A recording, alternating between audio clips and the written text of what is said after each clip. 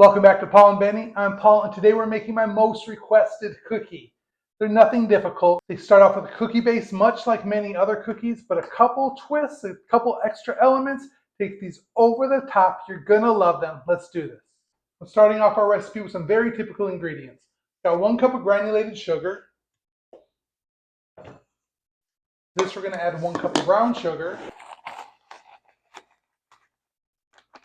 Sure to pack it in there. And 1 cup of butter. If you're new to baking, it's usually 2 sticks. Our butter's been sitting out since yesterday, so it's super soft.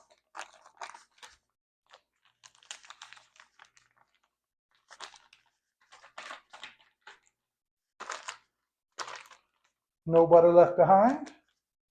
I'm not getting out the stand mixer today because it's just not necessary, but it really would be nice because we're going to cream this for about 2 minutes. Really want it light and fluffy. Definitely want to stop and scrape down the bowl periodically. Don't want anything stuck to the bottom of the bowl. We want it all mixed in together. At this point, we're looking pretty close to brown sugar frosting. Light and cloudy and beautiful. To this mixture, I'll add 2 eggs.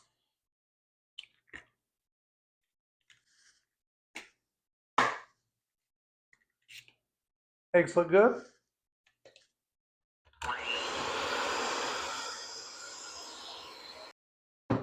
A purist would say add the eggs one at a time, but we're early in the recipe. It's going to mix up just fine. Again, I'm scraping down the bowl. Sure to get underneath. Whip it a little more. For a sugar mixture, I'm adding 2 teaspoons of vanilla.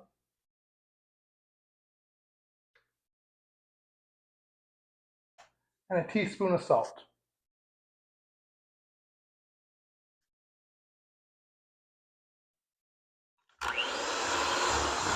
So by now you're probably guessing this is a typical chocolate chip or oatmeal cookie dough.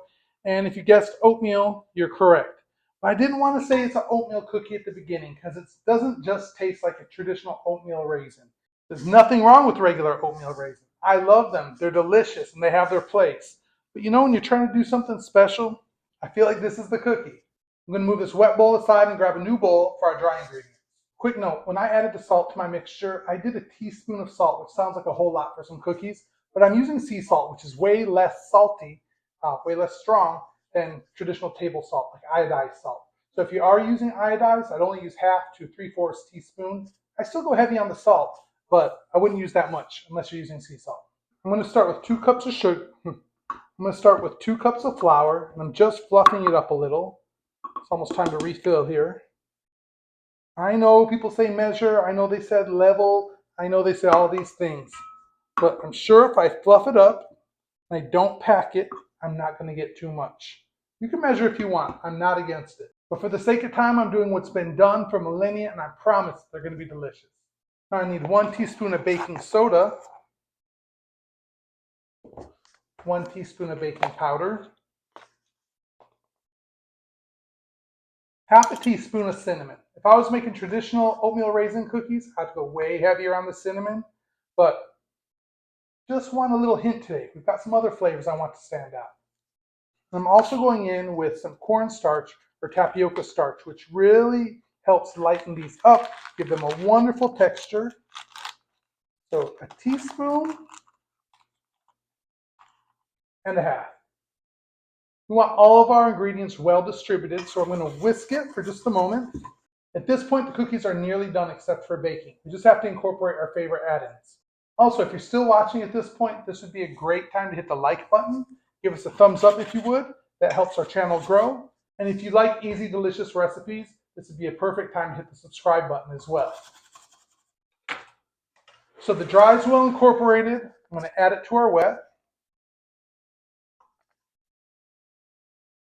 I'm just going to go in and turn it by hand a few times because I don't want the mixer to cause a cloud of flour in my kitchen.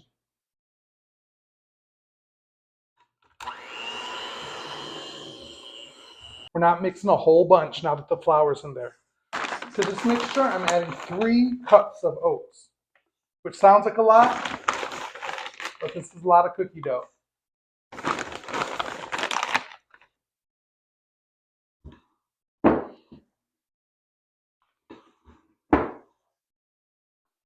And before we mix these oats all the way in, I'm going to add the one ingredient that I've been intentionally neglecting to say. We're going to add 1 cup of toasted coconut to our mixture. I know some people don't love coconut. Some people have a really bad feeling towards it. And other people like me, we love it.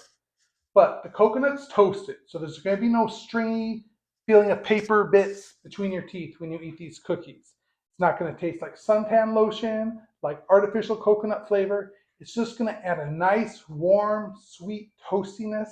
It's really delicious. Then we'll add in the rest of our mix-ins from there.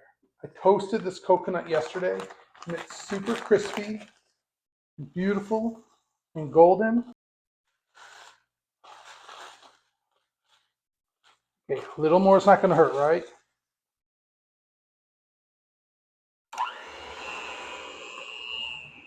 This is going to take some elbow grease here. I've broken more than one wooden spoon because the mixture gets really thick. I've even burned out a mixer making several batches of these. So I just use the mixer enough to get everything mixed in. It's a really thick dough. So I'm cutting my mixture in half. One half will be more traditional, and one half won't. So if I was making a full batch of my traditional recipe, right now is when I would add 1.5 cups of chocolate chips, 1.25 cups of chopped pecans that's been toasted, and 1.25 cups of raisins, or whatever you care to flavor your cookies with.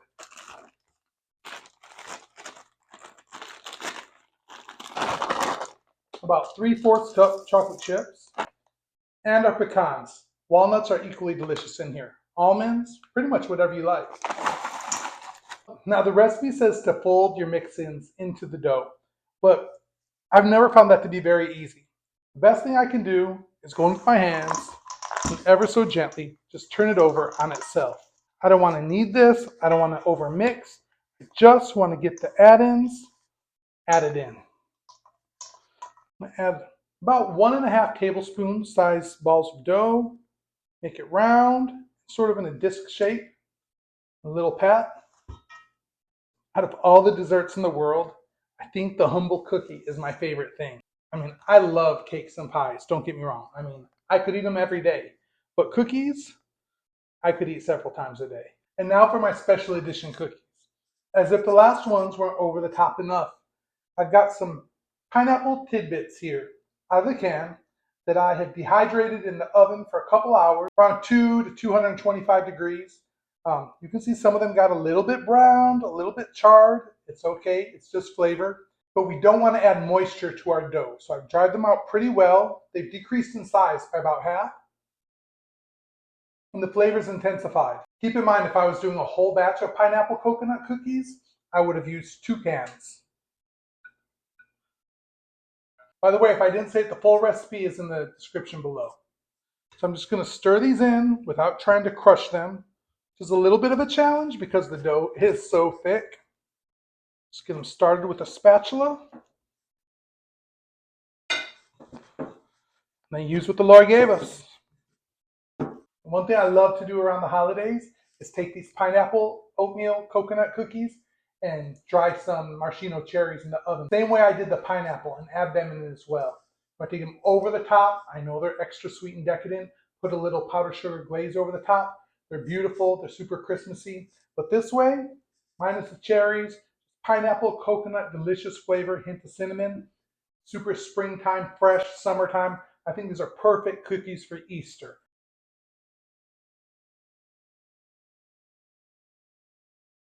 Cookies are out of the oven and cooled enough to eat.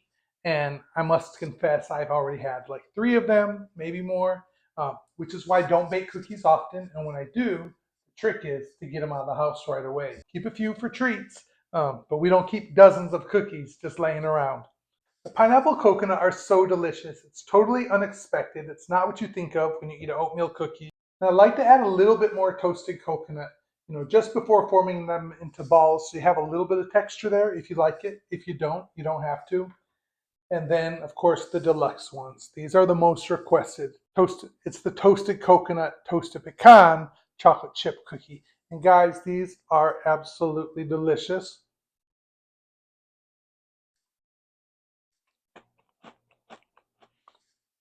I was hoping you could hear the crisp. The bottom is so crispy, but the inside so tender. So delicious. If somebody doesn't like coconut, they might not even know that it's in here. If somebody loves coconut, they'll be like, wow, there's that extra certain something in there that's just, it's so good. You don't get really coconut texture because it's so crispy when you mix it in. It just totally falls apart, almost like coconut flour. Could add some extra as well if you want the texture. Guys, they're pretty much the perfect cookie. They're not super sweet. They're very rich. I hope you give these a try. We're very grateful for delicious treats that are easy to make. We can share them with other people, make their day. We're grateful for you watching.